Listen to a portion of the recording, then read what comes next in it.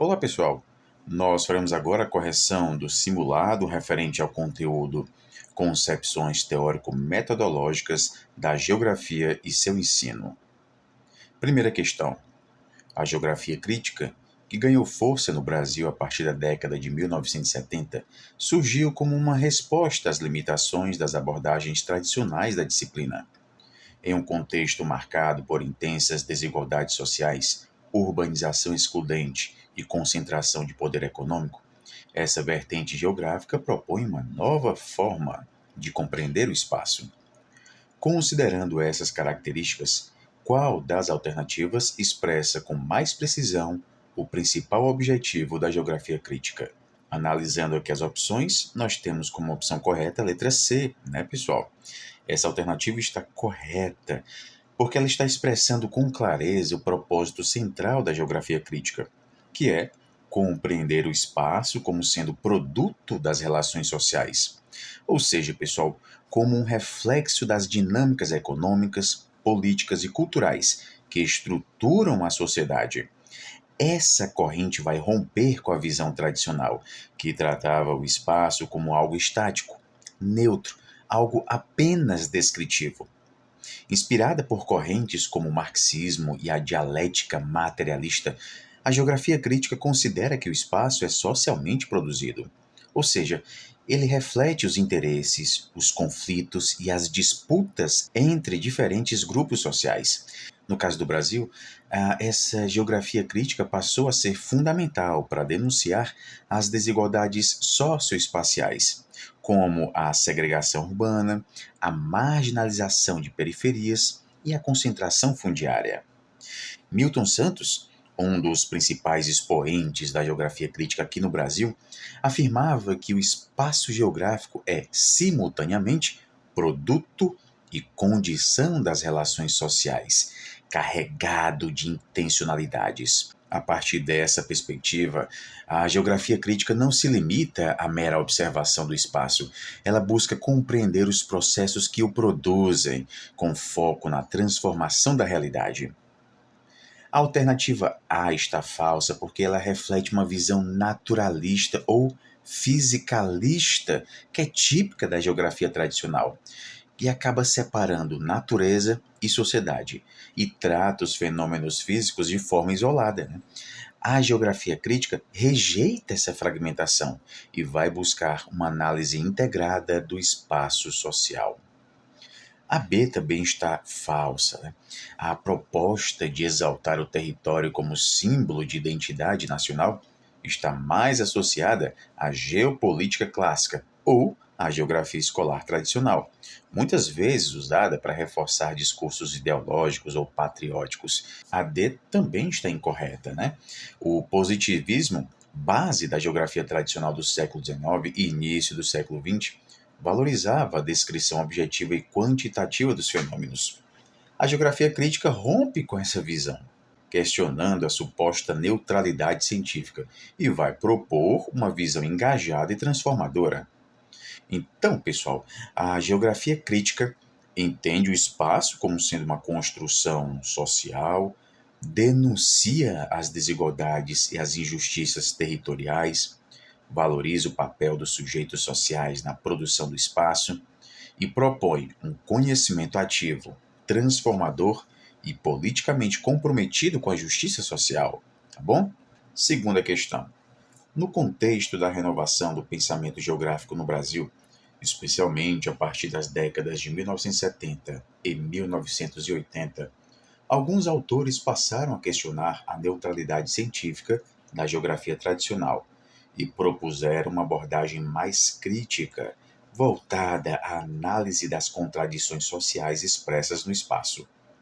Dentre os nomes a seguir, qual é considerado referência central da geografia crítica brasileira, particularmente por sua contribuição ao entendimento do espaço geográfico como produto das relações sociais? Bem, pessoal, analisando aqui as opções, nós temos como opção correta, obviamente, a letra B de bola, né? Está correta porque Milton Santos é o autor mais emblemático da geografia crítica brasileira. Ele é uma referência nos debates sobre o espaço geográfico como sendo o resultado histórico e social das relações humanas. Ele rompe com a tradição positivista da geografia, que tratava o espaço como sendo algo dado, físico, neutro, estático. Né? Então, Milton Santos passou a defender a ideia de que o espaço não deve ser visto apenas como uma superfície com objetos, mas sim como um campo dinâmico de práticas sociais e disputas por poder. Para ele, o espaço é composto por objetos, né? As construções materiais. É composto também por ações, que são as práticas sociais. Ele afirmava: o espaço geográfico é, ao mesmo tempo, produto e condição das relações sociais. Nós podemos identificar essa citação na obra A Natureza do Espaço. Né? O trabalho dele foi essencial para compreender a urbanização excludente no Brasil, os processos de marginalização territorial e a concentração do poder nos centros econômicos, propondo uma geografia que servisse à transformação social. Na opção A, nós temos Yves Lacoste. Né? Foi um nome importante, né, da geografia crítica na França. É o autor da famosa obra La Géographie, ça sert d'abord à faire la guerre. Né? A geografia serve, antes de mais nada, para fazer a guerra. Obra de 1976, ele denunciou o uso da geografia por interesses militares e políticos, mas ele não é referência direta na construção da geografia crítica brasileira, embora, obviamente, ele tenha influenciado esse debate internacional. Na C, nós temos Emmanuel de Martona. Ele representa a geografia tradicional francesa com um forte foco descritivo e naturalista. Foi um dos fundadores da geografia física moderna, interessado em aspectos como relevo, clima, vegetação. O método dele está ligado à análise empírica e neutra, que foi superada pela geografia crítica. Na opção D, nós temos David Harvey, né? Um dos principais nomes da geografia crítica internacional, com obras como A Condição Pós-Moderna e Justiça Social e a Cidade. Embora extremamente influente, especialmente nas análises urbanas e marxistas, né, a atuação dele se deu no contexto anglo-americano e não no debate específico brasileiro, tá bom? Então, pessoal, Milton Santos é o principal nome da geografia crítica no Brasil. Ele defende o espaço como construção histórica e social, propõe uma leitura do território como campo de disputas de classes, rompe com o positivismo e com a neutralidade científica da geografia tradicional, né? E contribui para esse pensamento crítico e emancipador que foi aplicado ao contexto brasileiro, tá bom? Terceira questão. No contexto do ensino de geografia até meados do século XX, predominava uma abordagem tradicional que priorizava a exposição de conteúdos prontos, sem grande problematização ou conexão com a realidade social dos estudantes. Com base nesse modelo, qual das alternativas a seguir descreve de maneira mais precisa como o ensino de geografia tradicional era estruturado? Analisando as opções, nós temos como opção correta a letra C, né, pessoal? Memorização de nomes, capitais, rios, montanhas, fusos horários, tipos climáticos e demais elementos cartográficos, com foco em decorar informações estáticas do mapa-mundi. Está correta porque reflete com fidelidade a essência do ensino de geografia tradicional. Até meados do século XX, a prática pedagógica em geografia era marcada por conteudismo. Aqui o professor apresentava ao aluno uma lista de informações sobre o espaço físico, como os países, as fronteiras, capitais, relevo, clima, vegetação, entendendo que bastava decorar esses dados para conhecer o mundo.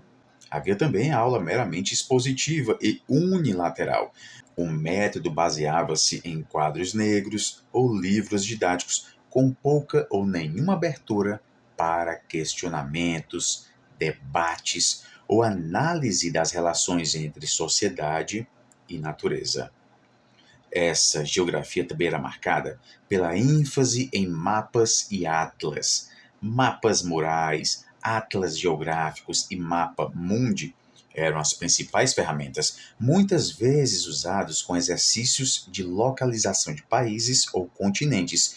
Tudo isso, pessoal, sem discussão sobre os processos sociais que os configuravam. E também temos a avaliação pela reprodução de conteúdo. As provas cobravam diretamente nomes, localização, capitais, características físicas, e isso sem exigir uma interpretação crítica. Então, nesse contexto, o aluno era visto basicamente como sendo um receptor passivo de informações. O êxito dele dependia da capacidade de decorar os dados geográficos, ok? Bem, a opção A não deve ser marcada, né? A gente tem interdisciplinaridade. Essa proposta é típica de correntes contemporâneas da geografia, que passaram a dialogar com a história, com a sociologia, com a biologia e também outras áreas para entender esses fenômenos integrados. A gente pode trazer aqui como exemplos, né, a urbanização, as mudanças climáticas, a cultura, o território. Então, essa interdisciplinaridade só vai ganhar força a partir dos anos 70 e 80, justamente com a geografia humanista e a geografia crítica. E ela não faz parte do modelo perpassado pela geografia tradicional, ok? Também não é a opção B, né? Análise crítica da produção do espaço. Né? Esse enfoque aparece justamente na geografia crítica, que surge a partir dos anos 70 aqui no Brasil. Trata-se de uma abordagem que vai ver esse espaço como sendo resultado de relações de poder, de desigualdades, de lutas sociais. Na geografia tradicional, pelo contrário, não havia esse questionamento. Né? Então, o espaço era apresentado como algo dado, algo estático, algo desvinculado das contradições sociais. Tá bom? Na opção D, nós temos construção coletiva do conhecimento. A ideia de construir o conhecimento de modo dialógico, né, envolvendo aqui professor e aluno, nessas problematizações, em projetos colaborativos, isso é característica das abordagens pedagógicas influenciadas por Paulo Freire e pela geografia crítica humanista, isso a partir da década de 80. Na geografia tradicional, prevalecia uma lógica de aula pronta. Né? Nessa aula pronta, o professor transmitia e o aluno repetia, sem participação efetiva na construção do saber. Tá bom? Então, como resumo que a gente pode trazer da abordagem tradicional, a gente tem esse conteúdo pronto. Né? A preocupação principal era transmitir dados sobre localização, sobre nomes de países, capitais, né? Rios, fusos, cadeias de montanhas. O ensino expositivo, então as aulas eram centradas em slides, quadros, livros que apresentavam a realidade física do mundo como sendo algo físico, né? Não havia essa discussão histórico-social. Decoração e reprodução, o aluno era cobrado nessa memorização e reprodução dos itens nas provas, isso sem exigir uma reflexão sobre a dinâmica dos processos que moldam o espaço. Né? E outra característica, o foco no descritivismo. Né? A geografia era ensinada como sendo um conjunto de fatos geográficos, sem integrar as esferas sociais, econômica ou política. Então, a geografia tradicional, por tratar o espaço como sendo algo, um tipo de retrato estático, né, acaba se limitando à mera descrição das superfícies, dos lugares, sem captar os processos que transformam esses lugares. Ok? Quarta questão. Em que autor se baseia a crítica de que o conhecimento geográfico, historicamente apresentado como neutro, muitas vezes foi instrumentalizado para fins militares e estratégicos, a ponto de afirmar que a geografia serve, antes de tudo, para fazer a guerra? Bem, pessoal, uma questão aqui relativamente fácil, não é? Obviamente, a opção correta é a opção C de casa, ok? Essa frase, a geografia serve em primeiro lugar para fazer a guerra, é uma das mais icônicas da história da geografia moderna e foi escrita pelo francês Yves Lacoste em sua obra de 1976, que inclusive já foi citada aqui nesse simulado. Mas afinal de contas, o que ele quis dizer com essa frase? Ele está rompendo com a ideia de que a geografia seria uma ciência puramente descritiva, uma ciência neutra, uma ciência dedicada apenas a mapas, localizações, aspectos físicos da Terra. Ele demonstra, pessoal, que o conhecimento geográfico sempre teve e tem ainda um uso político e estratégico, principalmente por parte de governos, exércitos, potências imperialistas. Um exemplo prático aqui. Na Guerra do Vietnã, os Estados Unidos utilizaram dados geográficos para planejar ataques, estratégias de ocupação, deslocamentos e reconhecimento territorial. Isso evidencia que a geografia pode ser uma arma a serviço da dominação. Um conhecimento que, quando apropriado por quem detém o poder, acaba servindo para controlar os territórios, controlar as populações. Então, a crítica aqui de Lacoste é também uma provocação à própria academia, que, segundo ele, muitas vezes esconde a função ideológica do saber geográfico sob uma fachada de neutralidade científica. Tá bom? Bem, na opção A, nós temos Milton Santos, né? Embora ele seja uma referência essencial da geografia crítica aqui no Brasil, ele não é o autor dessa frase. Né? A obra dele está centrada na crítica ao modelo capitalista e na análise do espaço como sendo uma construção social. Ele vai estar mais preocupado em revelar as desigualdades espaciais e as contradições do território no capitalismo periférico. Tá bom? Na opção B, nós temos Paul Claval, um geógrafo francês com importantes contribuições na epistemologia e na história do pensamento geográfico. Ele também trouxe contribuições no entendimento do espaço como sendo uma construção simbólica e cultural, né? Mas ele não tem uma abordagem, digamos, politizada, né? Uma abordagem provocativa, como tem a obra de Lacoste, tá bom? E na opção D, nós temos Élisée Reclus, um autor aqui do século XIX, foi um dos primeiros a defender uma geografia social e humanista, com fortes convicções anarquistas, e era defensor da justiça social.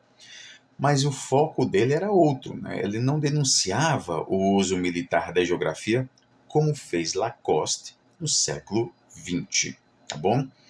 Então, considerando aqui a famosa frase de Lacoste, né, nós temos que esta frase, esta expressão, vem desmascarar o uso político da geografia, vem romper com a suposta neutralidade científica da disciplina, marca o nascimento da geografia crítica francesa e influenciou diretamente a renovação crítica da geografia em outros países, inclusive aqui no Brasil, tá bom?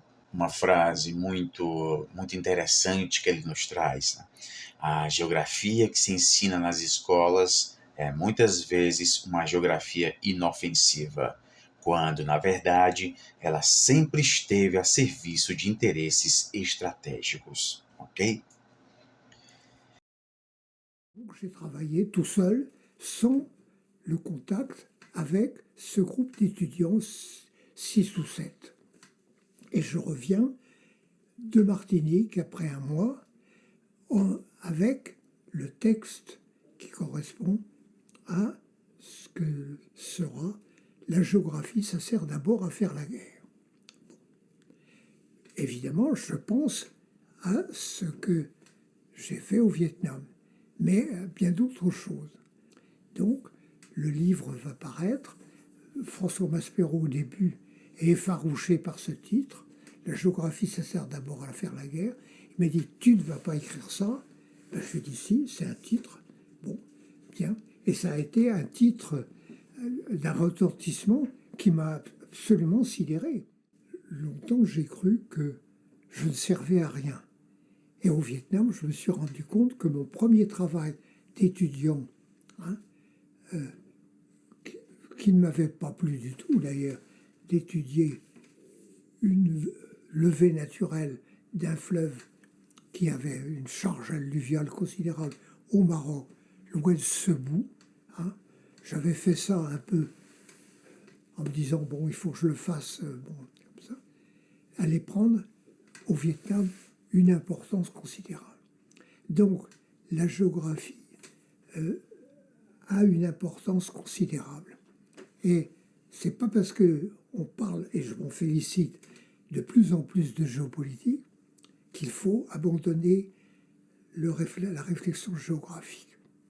La réflexion géographique, c'est la taille et la forme des ensembles spatiaux très différents.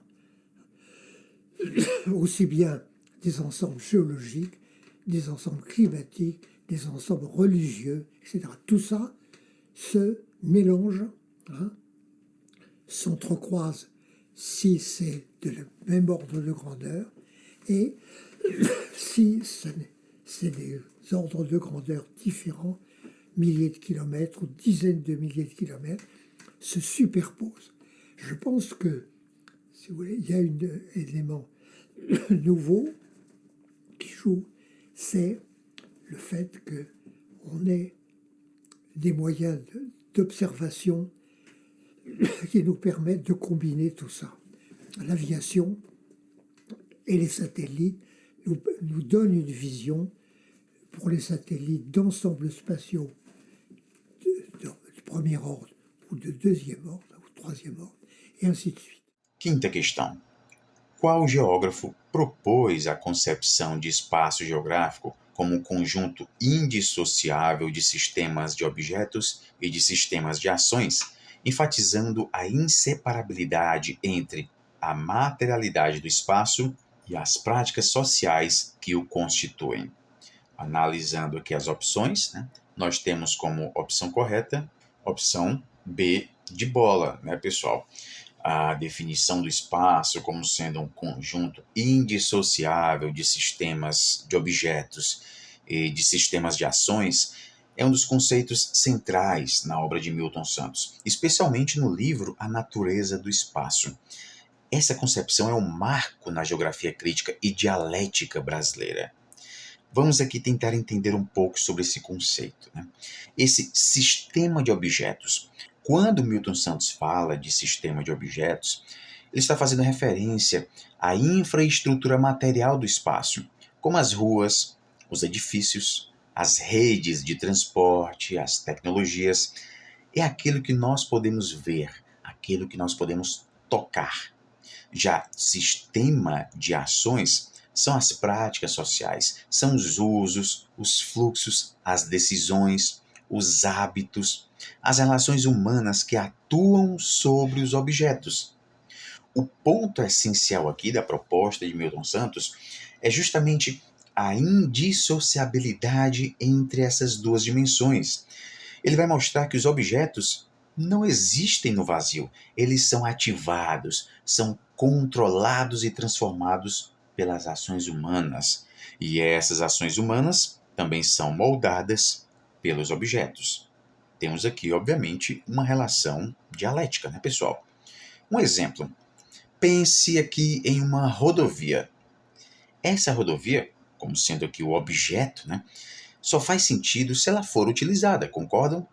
Então, ela vai ser utilizada para escoar mercadorias, facilitar o deslocamento de trabalhadores, conectar centros urbanos. Mas o modo como ela é usada vai depender de decisões políticas, vai depender de interesses econômicos e necessidades sociais. E aqui nós temos as ações.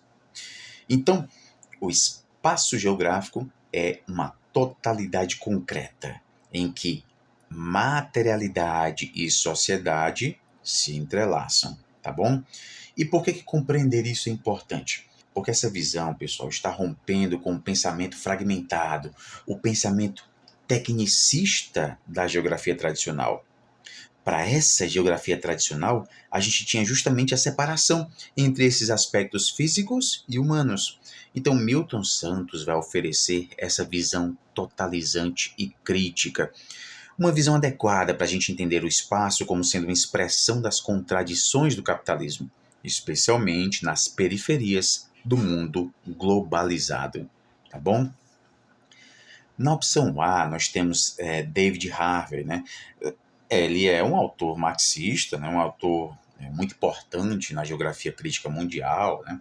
Ele analisa como o capital molda o espaço urbano e global, mas a abordagem dele está mais voltada para a teoria da acumulação capitalista, né? Para a urbanização.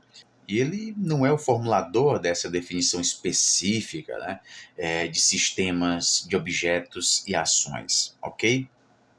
Na opção C, nós temos Eric Dardel, né? Ele desenvolveu a ideia de geografia existencial ou fenomenologia do espaço, né? Que era centrada na experiência subjetiva dos indivíduos com esse lugar. A preocupação dele era compreender o espaço vivido e não a estrutura material e dialética do espaço geográfico, como Milton Santos propôs, tá bom? E na opção D nós temos Peter Haggett. Ele é conhecido por sua contribuição à geografia quantitativa, com ênfase em modelos estatísticos, nas análises de localização, redes e padrões espaciais. A visão dele é mais técnica, né? Ele não tinha essa preocupação com os aspectos sociais, com os aspectos políticos do espaço. E isso acaba fazendo com que ele se distancie completamente da proposta de Milton Santos, tá bom? Bem, então, aqui esse conceito de Milton Santos rompe, de fato, com a dicotomia entre geografia física e geografia humana. Ele oferece essa leitura dialética e crítica do espaço. Ele integra a análise material e análise social em uma única categoria e serve como base teórica para o ensino crítico da geografia nas escolas, ok? Uma frase muito conhecida dele, também muito importante para a discussão, especialmente no que diz respeito ao conteúdo dessa questão, né? O espaço é o lugar das práticas, dos interesses, das técnicas e das contradições. Ele, o espaço, é o palco e o produto das ações humanas, tá bom? Sexta questão. De acordo com os princípios da geografia crítica, qual deve ser o principal foco do ensino da disciplina na educação básica? Analisando aqui as opções, né, nós temos como opção correta a opção C de casa, né, pessoal? A geografia crítica, ela surge como uma resposta às limitações da geografia tradicional. E nós estamos sempre falando disso, né? Inclusive nas questões anteriores. Essa geografia crítica, ela propôs esse ensino mais voltado, né, para a compreensão das desigualdades, das contradições espaciais, dessa forma como o espaço é apropriado, é disputado, como ele é transformado por diferentes grupos sociais. Então, a ideia central aqui é que o espaço não é neutro. O espaço não é neutro e nem estático. O espaço é o produto das relações sociais, marcado por conflitos e desigualdades, marcado por contradições que precisam ser estudadas para que esses estudantes entendam como o mundo funciona e como eles podem intervir nesse mundo de forma consciente. Autores como Milton Santos, David Harvey, né, enfatizam que o ensino da geografia deve permitir ao aluno entender por que há bairros ricos e há bairros pobres, né? Compreender a lógica da especulação imobiliária, por exemplo, analisar o avanço do agronegócio sobre as comunidades tradicionais, refletir sobre mobilidade urbana, segregação espacial, acesso desigual aos recursos. Então, o professor de geografia deve estimular esse pensamento crítico, incentivando os alunos a problematizar o espaço vivido, em vez de apenas memorizarem conteúdos prontos, ok? Na opção A nós temos repetição de conteúdos fixos. Não, né, pessoal? Essa postura está associada à geografia tradicional, né? Ela privilegiava essa memorização mecânica dos dados, como os nomes, as capitais, os climas, né? Sem fazer uma análise crítica ou fazer uma relação com a realidade social dos alunos. A opção B também está falsa. Neutralidade política. A geografia crítica ela rejeita essa ideia de neutralidade. Ela entende que todo conhecimento é atravessado por interesses, ideologias, relações de poder. Como dizia Paulo Freire, né? Ensinar é um ato político, tá bom? Opção D, exclusão dos conteúdos urbanos, né? Pelo contrário, pessoal, a geografia crítica dá grande importância a essas dimensões urbanas, porque nas cidades que as contradições do espaço muitas vezes se manifestam de forma mais intensa. A gente pode falar sobre a favelização, a gentrificação, segregação socioespacial, mobilidade, violência, né? Então, a importância do ensino crítico de geografia, né, estimula a formação cidadã e a leitura do mundo, ajuda o aluno a compreender essa realidade concreta, mostra que o espaço é fruto de relações sociais e incentiva a participação ativa dos estudantes na busca por justiça social e equidade espacial. Tá bom, pessoal? Sétima questão. Considerando a proposta dos parâmetros curriculares nacionais para o ensino de geografia no ensino fundamental, qual das alternativas descreve mais adequadamente o foco recomendado pelos PCNs? Analisando aqui as opções, né, nós temos como opção correta a opção C de casa, né, pessoal? Os parâmetros curriculares nacionais, publicados entre 98 e 2000, estabeleceram diretrizes para o ensino de geografia. Essas diretrizes romperam com o modelo tradicional de mera memorização. Então, em vez de apresentar o espaço como sendo um conjunto estático de informações, os PCNs recomendam que a aprendizagem geográfica se inicie pelo espaço vivido. A gente pode trazer aqui o bairro, a rua, a cidade ou mesmo a comunidade em que o estudante está inserido. Então, pessoal, a gente tem aqui partir dessa realidade concreta.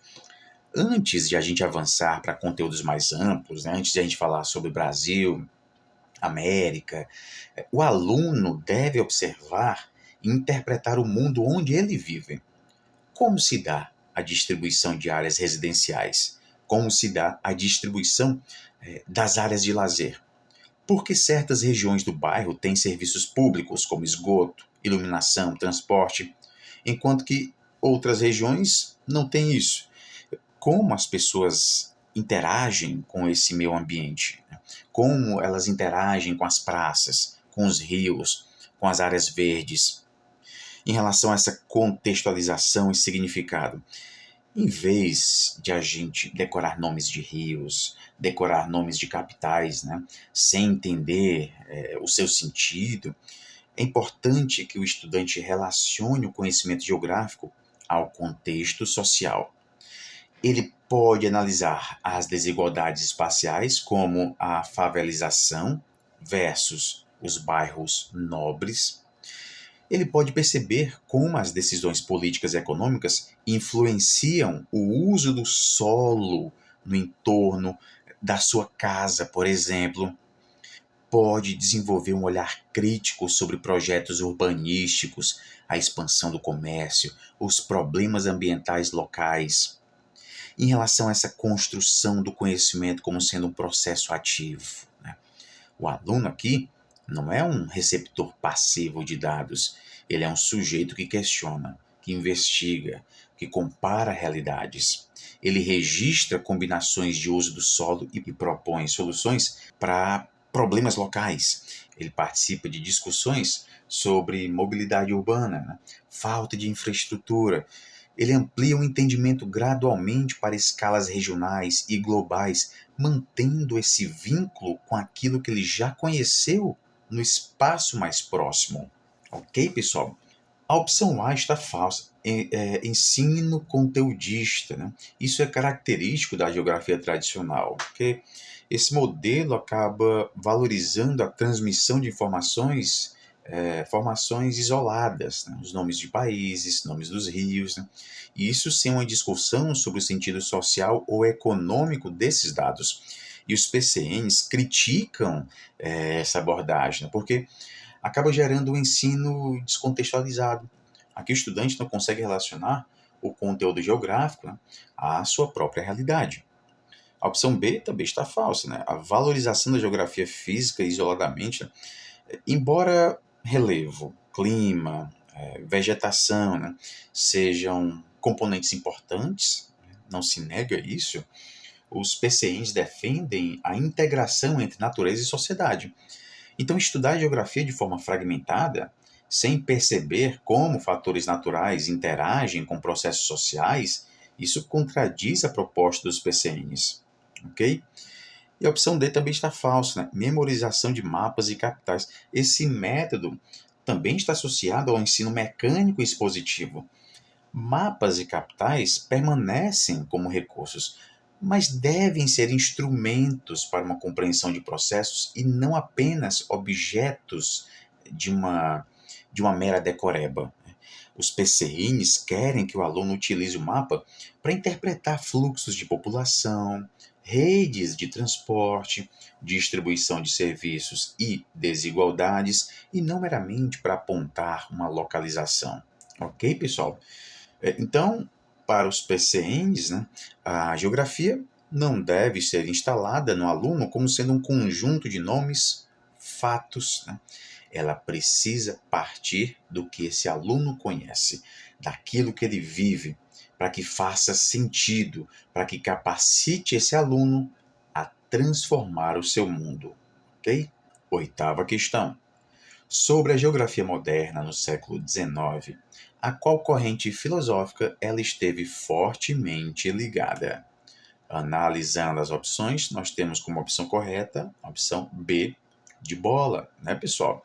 No século XIX, a geografia como ciência estava se consolidando nas universidades europeias, e o contexto intelectual e filosófico dessa época era fortemente influenciado pelo positivismo, uma corrente criada por Auguste Comte.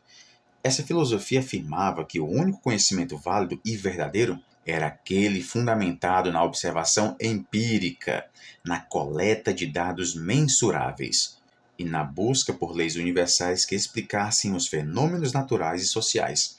Por isso, a geografia moderna do século XIX focava na descrição, na classificação, análise do espaço físico, né, como relevo, clima, a hidrografia, vegetação.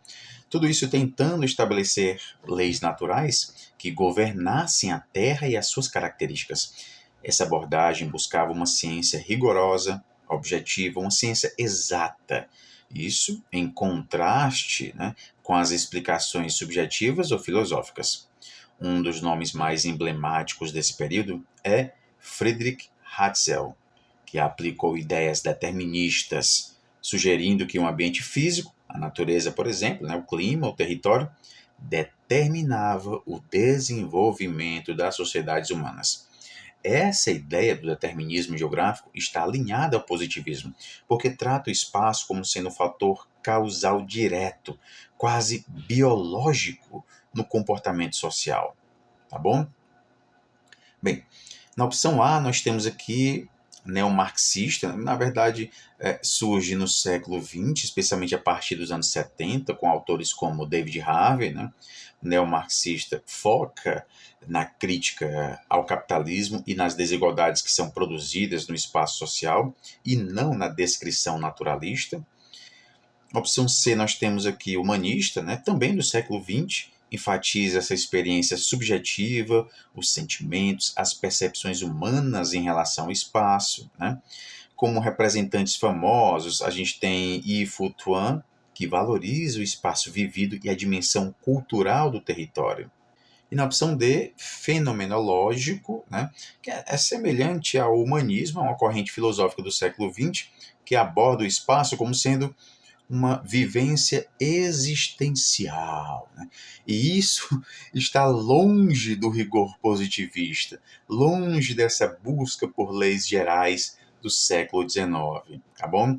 Então, no século XIX, a gente tem essa geografia moderna positivista, né, com essa perspectiva do conhecimento científico rigoroso, baseado em dados empíricos, com foco no espaço físico e leis naturais. No século XX, a gente vai ter a geografia crítica, a geografia humanista, fenomenológica e neomarxista. Novos paradigmas vão surgir, né, e vão incorporar a dimensão social, política e cultural do espaço. Tá bom, pessoal?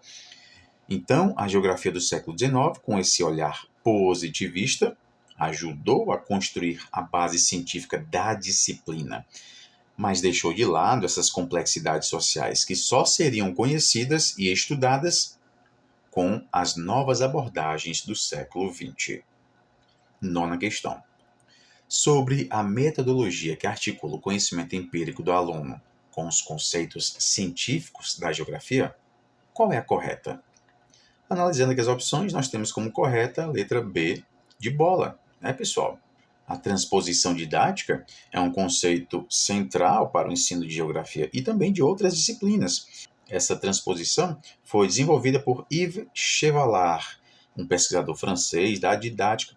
Ele descreve o processo pelo qual o conhecimento científico, que é complexo, né, que é técnico, esse conhecimento científico produzido nas universidades, né, nos centros de pesquisa, como esse conhecimento é transformado para ser ensinado na escola.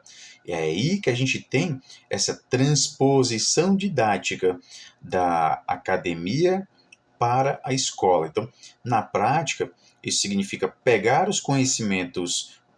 Então, na prática, isso significa pegar os conceitos acadêmicos da geografia, né, muitas vezes abstratos, né, difíceis, né, e adaptar esses conceitos para uma linguagem mais acessível, uma linguagem ligada à realidade do aluno.